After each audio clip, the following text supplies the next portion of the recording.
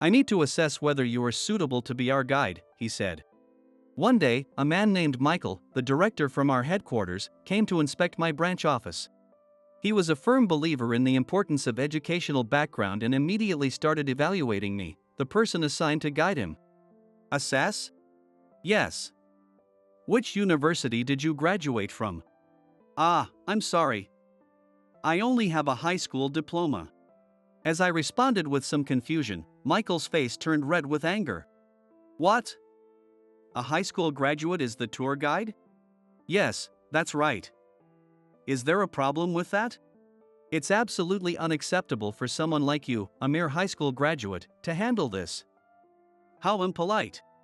Excuse me? I graduated from T University and now I'm the director. If you're going to assist me, call someone with a better education that matches mine. Well, that's if there is anyone like that in this branch. Michael smirked and repeatedly insulted me in a blatant manner. Just then, his phone rang. The caller was someone unexpected. My name is Oliver. I'm a 26-year-old office worker. Ever since I was small and physically weak, I was often bullied during my elementary school days.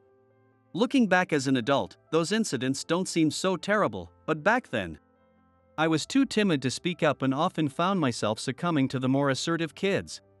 I couldn't communicate well. I remember my school days. I was always pestered by a boisterous classmate who was considered a leader. Hey! Oliver! What is it, Jack? You were good at math, right? Yeah, sort of. I forgot my homework and I'm in a real bind. Can I borrow your worksheet for a bit? But last time you didn't return it after borrowing. Really? Well, never mind that. I'll copy it and return it on time this time, promise. Come on, help me out. But, arg. Stop being so annoying. I'm just asking to look at it. Intimidated by his anger, I eventually handed over the worksheet. Alright, make sure to return it by third period math. Yeah, sure thing. Thanks a bunch. As soon as he got the worksheet, he returned to his seat with a grin, spouting smooth talk. I would always watch his back with resentment. This happened repeatedly. Because I was small, I was told I couldn't eat much and often had my milk or bread taken during lunch, or I was forced to do their cleaning chores. I couldn't refuse any of it because of the pressure. Whenever this happened, I would go home nearly in tears and be comforted by my mom. While my mom was always supportive, my dad was strict. Whenever he came home late at night and heard from my mom about the bullying at school, he would come to my room to lecture me. Oliver. I heard you had a rough time at school again today. Yeah. Jack was terrible. Today he forced me to do his duty, even though I had cram school. I see. And what did you say to Jack? Huh? Did you clearly tell him, it's your turn to do it, so you should be doing it? I couldn't possibly say that. Jack is bigger and louder. Listening to my excuses, my father quietly shook his head. Oliver, I always tell you. It's very important to clearly express your thoughts to others. I know that might be true, but still. Staying silent is just like not having any opinions or will of your own. You do have thoughts and feelings, don't you, Oliver? It's all this enduring that makes things tough, my dad said. Yeah, I replied quietly. You need to communicate that to your friends properly. Do you think I can? Of course. Even Jack will understand if you explain it properly. It's important to convey what you dislike and what makes you happy. Wouldn't you be happier knowing what your friends think of you? Yes, that's true. Don't worry. You can do it. Repeatedly receiving this advice from my dad, I gradually became able to clearly express my feelings to those around me. Despite my initial reluctance. Eventually, Jack began to understand when I spoke up clearly, and by the time we graduated from elementary school, we had developed a good friendship. Not only with Jack, but I think my communication with all my classmates improved. Looking back, if I didn't speak up, people wouldn't know what I was thinking, and they would assume I would take on any request, branding me as the nice guy who couldn't say no.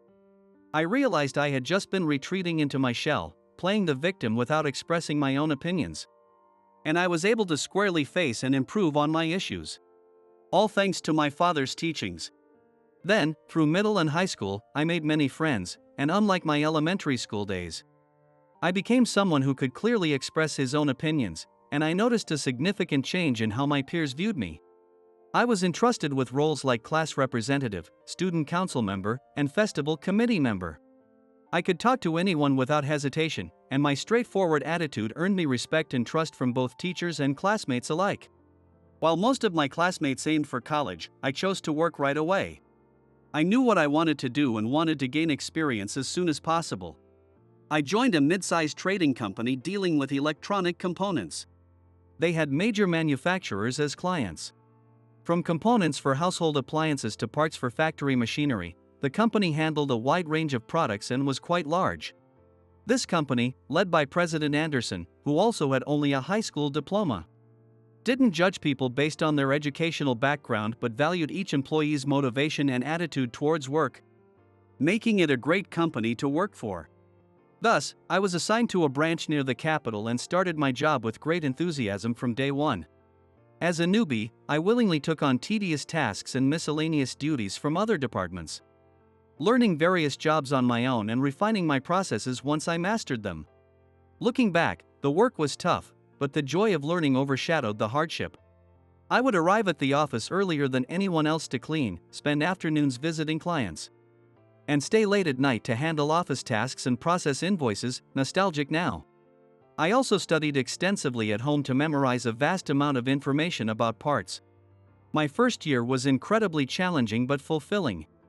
8 years have passed since then, and my work at the branch was recognized, and I steadily built my career. The corporate relationships I had established as a newcomer expanded, turning several clients into crucial accounts for the company, and recently, I've been invited to more meetings and reporting sessions for all branches, leading to very busy days. This morning, I attended a strategic sales meeting at the headquarters with top performers from all branches. The meetings, where we discuss company challenges and strategies every 3 months, are immensely meaningful and enjoyable. And I always look forward to them. I bring back good practices and improvement suggestions from various branches to my branch to enhance our work. In the evening, after the meeting ended and I returned to the branch, I heard an unbelievable story from a colleague who had attended the meeting with me. "Man, today's meeting was pretty interesting, wasn't it?" "Yeah. Do you think we could host a golf tournament and secure several sponsorship deals like they talked about? Maybe we should pitch the idea to our manager, David. I need to practice my golf skills, though. But man, the attitude of the people from headquarters today really pissed me off." "Really?" I was surprised. I hadn't noticed any such attitudes from the headquarters staff. According to my colleague, they consistently look down on the branch office employees. Didn't you notice? Even today, while you and the others from the branches were presenting your results, they were leaning back and snickering. Now that you mention it. But why? Did I say something weird? No, it's not about what you said. They look down on all branch employees. What? Why? Well, you know how there are many high school graduates at the branches?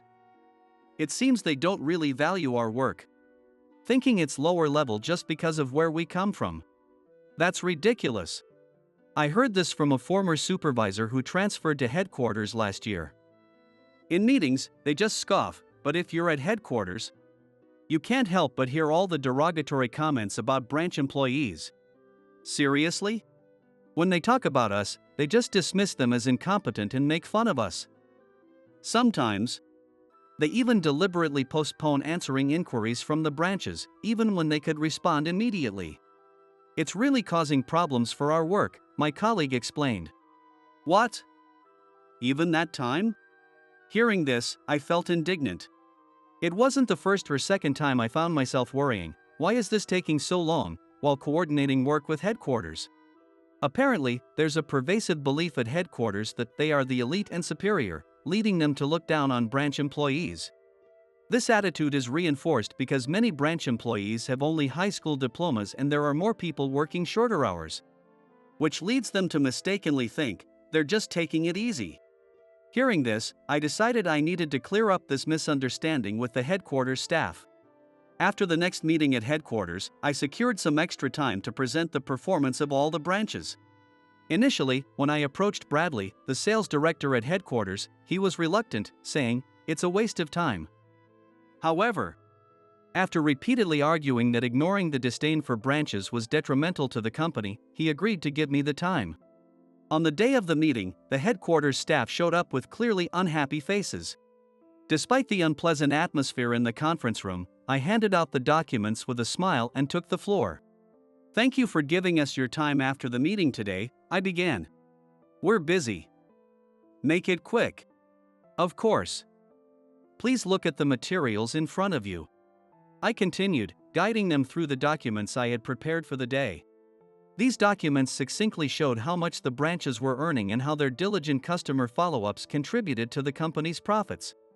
I also displayed a breakdown of branch staff by educational background and workload, including the roles of part-time employees, with graphs to show that even when calculating cost performance based on sales results, everyone was actively contributing and achieving solid results. I also presented research data proving that educational background and job performance are not correlated. As I concluded the presentation, the headquarters staff listened intently with a solemn demeanor. Feeling confident, I addressed the purpose of today's presentation. Lately, even employees like me at the branches are hearing about how headquarters staff belittle our work. You're aware of this, right, Bradley? Well. I also heard the slander that we, mostly high school graduates, only do easy jobs. Well, that's... As you can see, at the branches, whether high school or college graduates, everyone, including part-time office workers, is united in contributing to the company's profits. I hope this presentation helps all of you at headquarters rethink how you view the branches. I urge you, Bradley and everyone here, not to overlook but to improve the condescending attitude towards the branches. With that, I made my plea. Bradley and the rest of the headquarters staff, having seen the figures documenting the contributions of branch employees, apologized, admitting they were unaware of our achievements. "I'm sorry. I knew there was a culture of belittling the branches at headquarters, and I ignored it.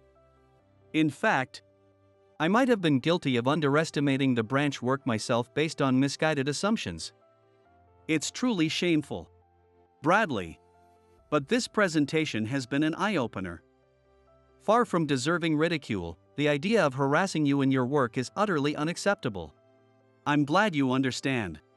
From now on, I promise to change the mindset at headquarters so that there is no discrimination between headquarters and branches. And we will work together more cooperatively." Everyone here got that? Responding to Bradley's query, the headquarters staff nodded affirmatively. "Thank you."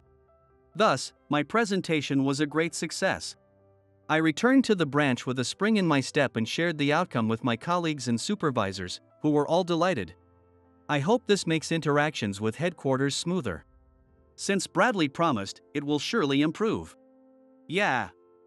If it makes work easier, we'll have to cooperate with the folks at headquarters and strive for even greater achievements. Though it's strange we had to assert ourselves just to be recognized. Yeah. I'd been bothered by that too. But it seems it will be improved, so let's accept it as a positive change. Several months later, an incident occurred.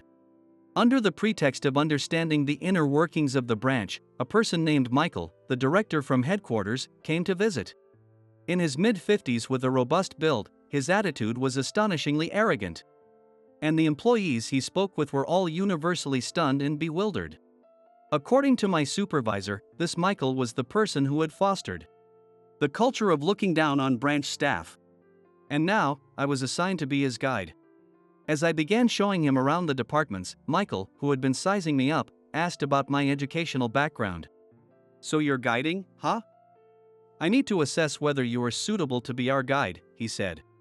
"Assess? Yes. Which university did you graduate from?" I'm sorry. I only have a high school diploma." "What? A high school graduate is the guide?" "Yes, that's correct." "Is there a problem with that? For someone like you, a mere high school graduate, to handle this is utterly inappropriate." "Excuse me? I graduated from T University, and now I'm the director here."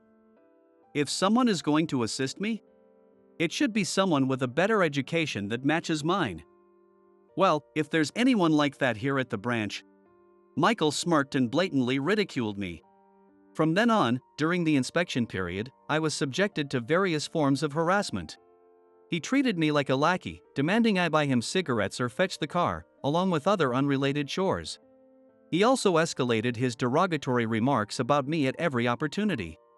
Of course, the people at the branch were angry at Michael's arrogant behavior, but since he was in a much higher position, they couldn't openly criticize him. Then one day, as soon as I arrived at work, I was called in and subjected to a tirade, but then Michael's phone rang. Yes, this is Michael. He answered the phone with a smile I had never seen before. It was apparently a call from President Anderson. President Anderson. What can I do for you? Yes. Of course, I am currently inspecting the branch. Oliver? Yes, he's right here. You want me to put him on speaker and hand him the phone? Yes, I understand. While talking to President Anderson, Michael smirked at me and, putting his phone on mute briefly, spoke to me. President Anderson wants to talk to you. What could he want with someone like you? Maybe he's going to fire a useless high school grad like you? Well, it would be better for the company if you were gone. Here, take the phone, and make sure you respond properly. Yes. Hey everyone, come here. Watch this guy get fired directly by President Anderson. Saying this, Michael took the phone off mute, turned on the speaker, and thrust it at me. As a few concerned colleagues gathered around, I took the phone from Michael. Hello, this is Oliver speaking. Oliver. I'm sorry to have put you in such an unpleasant position. At the initial exchange, Michael looked puzzled. It's unfortunate, but I couldn't entrust this role to anyone else. And it's for the company's good. That's right. Thanks to you, I've come to understand the reasons for the bad atmosphere at headquarters. I didn't want to believe it. But it's regrettable. Everything I've reported is as I've observed firsthand over the past week. One should have capable sons like you. At President Anderson's words, Michael, who had been smirking confidently, suddenly turned pale with shock. In fact, I was President Anderson's son. My desire was to succeed my father and further grow the company. That's why, instead of going to university, I chose to gain work experience by joining the company. Having worked from the ground up at the branch, I had recently started to frequent headquarters and reported the negative atmosphere there to my father without concealment. So, you're President Anderson's son? Yes. I have been at this branch as part of my training, but I cannot tolerate the disdain shown by headquarters staff toward the branch. And I have reported your behavior as one of the causes. What? As Michael turned pale, I smiled smugly. You've ridiculed me a lot, haven't you? Saying a high school graduate was incompetent. If I can't work, I should at least go buy your cigarettes. Right. You were joking about getting fired by President Anderson. Well, I'm terribly sorry. I didn't know. I would never have said such things if I had known. So you wouldn't have said it if you knew I was President Anderson's son? Of course not. Don't be absurd. Judging people only by their educational background or title, and you'd ridicule them if they weren't the president's son. No one deserves to be treated that way. Please, forgive me. Michael collapsed to the ground, trying to appeal to me pitifully, but I brushed off his hand. Then, still on speaker, President Anderson's calm voice could be heard. Michael. We have no need for someone like you in our company. President Anderson. Please. I'll say it again. You're fired. That's unbelievable. Thus, Michael staggered out of the branch with unsteady steps. I later heard that he headed straight to the headquarters.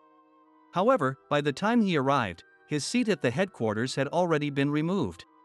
While Michael was inspecting my branch, the headquarters was already conducting an inquiry into his behavior due to his negative stance on branch contributions and the friction he caused with various people. It was discovered that Michael had been taking credit for some of the achievements of the branch staff. His previous arrogant behavior and actions that constituted harassment towards subordinates and colleagues had come to light. And to make matters worse, the report I submitted reached President Anderson, which was the final straw. Thus, Michael, who had been poisoning the company's atmosphere, was ousted from the company. After Michael left the company, discussions were held among all employees on how to build a system to prevent similar incidents in the future. Among various opinions, there was almost unanimous agreement that it was essential to create an open work environment where everyone could speak freely. It was decided to establish an internal reporting system where HR would handle any instances of oppressive behavior that could stifle employees, reinforcing that it is crucial for every employee to be able to express their opinions freely. Slogans to this effect were also posted around the workplace. The company is made up of each and every employee. As a result, all employees' contributions began to be properly recognized, interactions between headquarters and branches increased, and we were able to undertake large projects that had been difficult for branches to handle alone. The company's performance is currently on an upward trajectory. I intend to continue expressing my opinions clearly, listening attentively to others, and fostering mutual understanding to maintain positive communication.